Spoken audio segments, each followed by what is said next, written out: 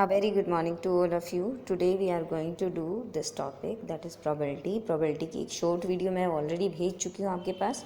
अब हम इसको थोड़ा सा और इलेबोरेटेड वे में और या फिर आप कहेंगे हर एक टर्म को क्लियर करते हुए हम चलेंगे. Okay, now first I am taking some terms. जैसा मैंने आपको प्रोबेबिलिटी बता दिया था, तो अगर मैं उसको रिकॉल करवाऊँ, याद कराऊँ, तो प्रोबेबिलिटी क्या होती है? It is chance of getting something और chance of getting done something. कुछ होने की, फ्यूचर की अगर हम बात करें, कुछ होने की प्रोबेबिलिटी होती है. जैसे मैंने आपको बताया था, अगर दो टीम खेल रही हैं, उनमें से एक के जीतने की प्रोबेबिलिटी कितनी होगी. ठीक है, ऐसे ही अगर एक बैग के अंदर 10 बॉल हैं और डिफरेंट डिफरेंट कलर्स की हैं, सो किसी भी एक कलर की बॉल के निकालने की प्रोबेबिलिटी कितनी होगी. आपका जो निशाना लगा रहे हैं और वो निशाना बिल्कुल आपके जो एग्जैक्टली जहाँ लगाना है वहीं पर लगाने की प्रोबेबिलिटी कितनी होगी. These are some examples.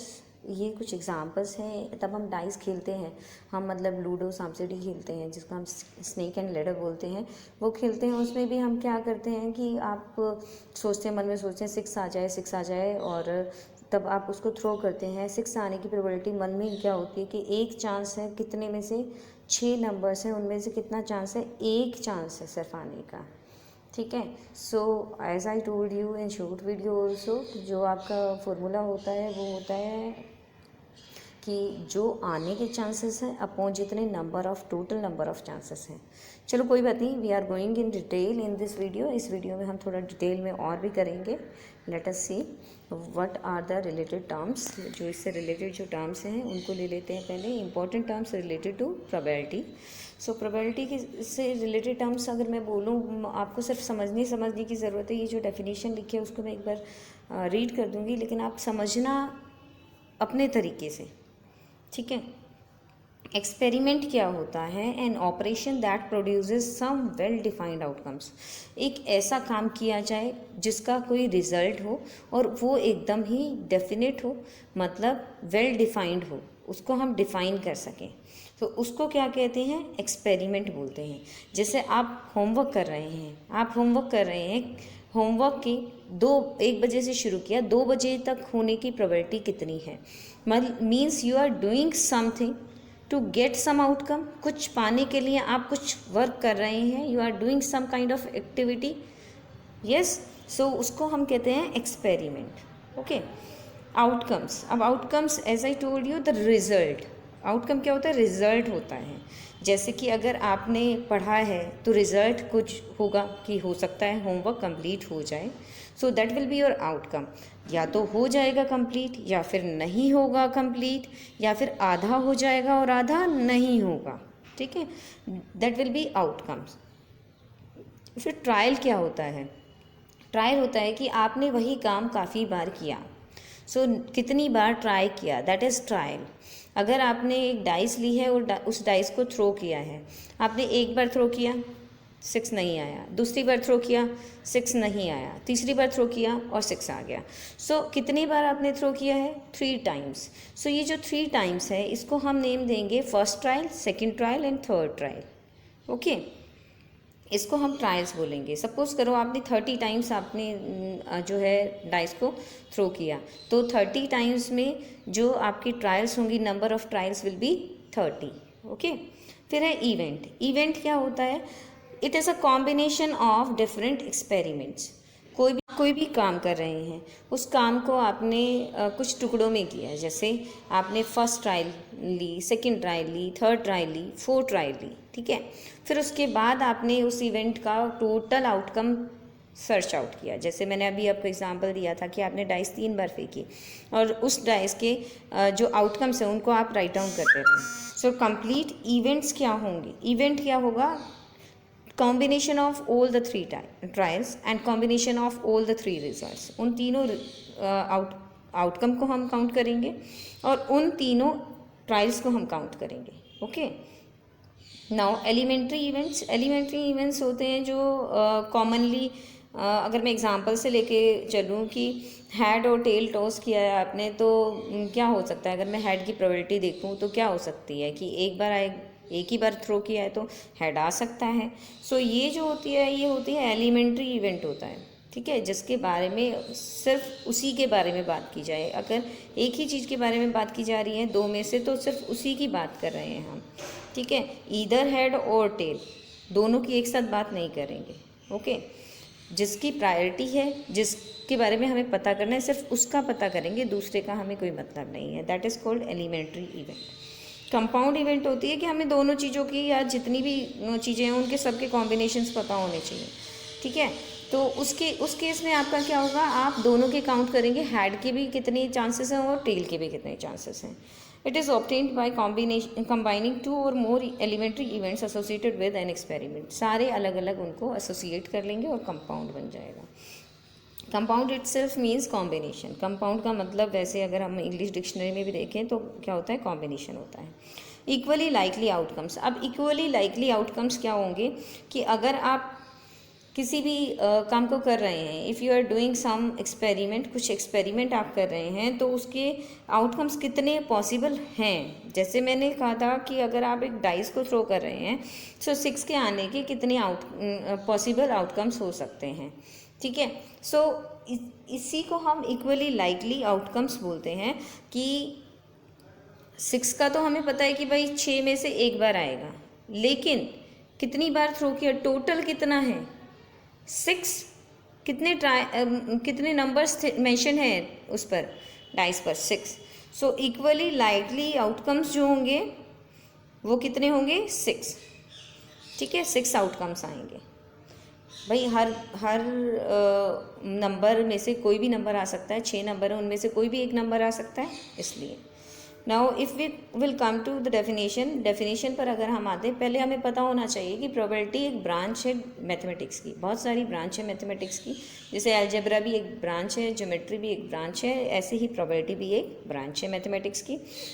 That calculates, estimates और stimulates the likelihood of a given event. एक इवेंट के होने की जो चांसेस हैं उसको, जो एस्टिमेशंस है उसको, या मैं कहूँ लाइकलीहुड है, उसको कैलकुलेट करती है प्रोबेबिलिटी। किसी काम के होने के जो एस्टिमेट्स हैं, जो भी फोरकास्ट हम करते हैं, वेदर फोरकास्ट होती है ना, आज बारिश होगी या नहीं होगी, कल बारिश होगी या नहीं होगी, वो सब क्या होते हैं, वो सब प्रोबेबिलिटी में ही आते हैं, ओके। नाउ प्रोबेबिलिटी स्केल बहुत ही इंपॉर्टेंट है। प्रोबेबिलिटी स्केल, इसको मैं दो आपको स्लाइड से समझाऊंगी। First slide is this. इसमें अगर मैं बात करूं इम्पॉसिबल और पॉसिबल की, ठीक है। देखो बेटा, इम्पॉसिबल हरदम ज़ीरो होता है। मान लीजिए आपने एक डाइस फेंकी है, रोल की है, और उस पर 7 आना चाहिए, 7 तो होता ही नहीं है डाइस पे, तो 7 कैसे आएगा। सो दिस इज़ इम्पॉसिबल। तो इम्पॉसिबल क्या होता है, ज़ीरो होता है। इसको हम कहीं कहीं 0% भी बोलते हैं। 0% प्रोबेबिलिटी है किसी काम के होने की, ठीक है।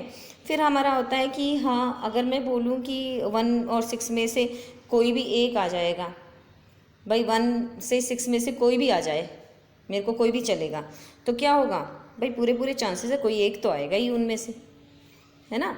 सो ये क्या होगा, 1 होगा। अगर इसका एक और एग्जांपल लूँ कि सन जो है वो राइज करेगा सुबह, सो सन तो सुबह ही राइज करता है। We are definite about it. जिस स्टेटमेंट के बारे में हम बिल्कुल ही डेफिनेट है कि ये तो होता ही होता है, ठीक है। अगर मैं बोलूँ एक बुक में पेज नंबर 1 चाहिए मुझे, और उस बुक में 200 पेज नंबर्स हैं, तो 1 तो कहीं ना कहीं मेंशन होगा, ठीक है। सो वो क्या हो गई, डेफिनेट चीज़ है, वो तो फिक्स चीज़ है, तो उसका 1 होगा। प्रोबेबिलिटी कितनी होगी, 1 होगी, जिसको हम 100% बोलते हैं, ओके। नाउ अगर मैंने एक कॉइन टॉस किया है तो दो ही चीज़ें आ सकती हैं, और उस केस को हम कहते हैं इवन चांसेस। दोनों के इक्वल चांसेस होते हैं, क्योंकि दोनों के इक्वल चांसेस होते हैं आने के। हो भी सकता है और नहीं भी हो सकता है। 50-50% चांसेस, इसलिए इसको 50% बोला जाता है। एक दो टीम्स खेल रही हैं, उनमें से जीतने के चांसेस दोनों के बराबर हैं, क्योंकि दोनों बिल्कुल अच्छा खेल रही हैं, बिल्कुल कॉम्पिटिटिव स्पिरिट के साथ खेल रही हैं, तो दोनों के चांसेस इक्वल हैं, तो वो यहाँ आएगा आपका, and this is called even chances. इसको इवन चांसेस बोलते हैं। अब ये जो आपका बीच का गैप है, दिस गैप, ये जो आपका गैप है, ये है अनलाइकली और लाइकली। मतलब 1 से और हाफ के बीच में, या मैं कहूँ 50% से 100% के बीच में जो चांसेस होते हैं वो लाइकली कहलाते हैं, और जो 0 से 50% के बीच में होते हैं वो क्या कहलाते हैं, अनलाइकली कहलाते हैं। ओके, सो लाइकली कौन से होते हैं, जो 50% से और 100% के बीच में, जिसको हम कहते हैं हाफ से 1 के बीच में, और जो आपके अनलाइकली होते हैं वो होते हैं 0 से हाफ के बीच में, और अगर मैं कहूँ परसेंट में तो 0% से 50% के बीच में। ठीक है, सो जो आपका इम्पॉसिबल चीज़ें होती हैं वो आपकी 0 पर आती हैं, जो इवन होती हैं वो 50% पर आती हैं, और जो आपकी फिक्स होती हैं, डेफिनेट होती हैं, जो होनी ही होनी है, वो क्या होती है, 100% में आती हैं। और उनके बीच में आने वाले या तो लाइकली होते हैं या अनलाइकली होते हैं। जैसे यहाँ पर एग्जाम्पल लिया हुआ है मैंने, you can see winning a lottery. अब भाई लॉटरी ले ली, ज़रूरी थोड़ी आप जीतेंगे, बहुत कम चांसेस होते हैं, क्योंकि अगर 1000 लॉटरी सेल आउट होती हैं और उसमें एक ही प्राइस होता है तो आपके चांसेस तो बहुत ही माइनर होते हैं ना। 1000 लोगों ने खरीदी, उसमें से आपके जीतने के चांसेस तो क्या हुए, अनलाइकली हुए, बहुत कम। ठीक है, सो 0 के नियर बाय। फिर लाइकली का अगर मैं एग्जांपल लेती हूँ, तो अगर बच्चे ने बहुत अच्छी पढ़ाई की है, बहुत अच्छी पढ़ाई की है, बहुत ज़्यादा मेहनत की है, सो उसके फर्स्ट आने के चांसेस लाइकली होंगे, लेकिन हम ये नहीं बोल सकते कि होगा ही होगा, क्योंकि क्या पता किसी और ने भी अच्छी पढ़ाई की हो। सो वो लाइकली में आएगा, वो सर्टेन में नहीं आएगा। Okay, is it clear? वो कहाँ आएगा, वो बच्चा लाइकली में आएगा, उसके फर्स्ट आने के चांसेस लाइकली होंगे, सर्टेन नहीं होंगे। Okay, now I am explaining it with one more example. एक और स्केल या एग्जाम्पल से मैं और डिफाइन करूँगी इसको। आप देख सकते हैं यहाँ पर इम्पॉसिबल में एग्जाम्पल मैंने लिया हुआ है, the sun will never set again. दोबारा सेट नहीं होता सन, सबको पता है दोबारा सेट नहीं होता, तो ये क्या है, इम्पॉसिबल इवेंट है, या इसकी 0 प्रोबेबिलिटी है या 0% प्रोबेबिलिटी है। फिर है अनलाइकली का, जैसे मैंने बताया था इम्पॉसिबल और इवन के बीच में क्या होता है, अनलाइकली होता है। अब एक अनलाइकली का एग्जांपल लिया है, इट विल रेन टुमारो, कल बारिश होगी। ज़रूरी तो नहीं है बारिश होगी, बहुत कम चांसेस हैं बारिश होने के, कम चांसेस हैं। ठीक है, तो ये कहाँ आ गया, अनलाइकली में आ गया। और अनलाइकली का यहाँ पर मैंने क्या लिया है, 1/4 ली है प्रोबेबिलिटी। ठीक है, और अगर मैं इस 1/4 को कैलकुलेट करूँ, परसेंट फाइंड आउट करूँ इसकी, सो कैसे फाइंड आउट होगी, आपको आज परसेंट फाइंड आउट करना सिखाया हुआ है। So what will be the answer, क्या होगा, 25%। कितना होगा, 25%। ओके, सो 1/4 की कितनी प्रोबेबिलिटी हुई, 25%। अगर मैं इवन चांसेस की बात करती हूँ, इवन चांसेस ऐसा आई टोल्ड यू 50%, उसका भी रीज़न यही है, उसका रीज़न भी यही है कि आपका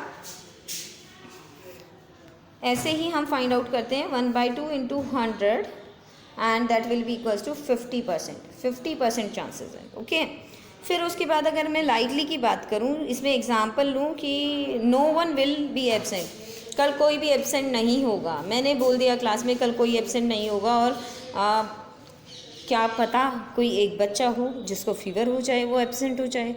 सो हम बिल्कुल भी फिक्स या डेफिनेट नहीं है इस बारे में कि कोई भी एब्सेंट नहीं होगा, थोड़े से चांसेस कम हैं, सर्टीन से कम हैं। सो वो किस में आएगा, इट विल कम इन 3/4। ठीक है, नो वन विल एब्सेंट, हो सकता है कोई बच्चा एब्सेंट हो जाए, हो सकता है कोई हाफ डे ले ले, सो हम उसको सर्टेन नहीं बोलेंगे क्योंकि वो फिक्स नहीं है। ठीक है, सो इट इज़ 3/4। अब अगर मैं 3/4 की प्रोबेबिलिटी आपसे पूछूं परसेंट में कैसे कैलकुलेट करेंगे, तो how you will calculate it, क्या है आंसर, कमेंट बॉक्स में आप कमेंट करेंगे क्या है आपका answer.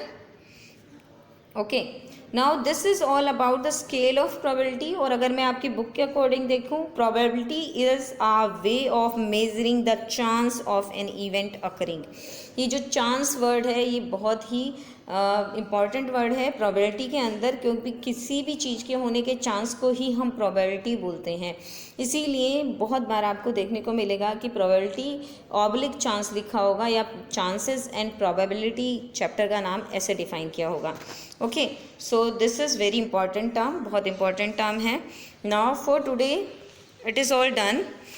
Thank you students, have a nice day, bye bye, take care, stay blessed, stay home.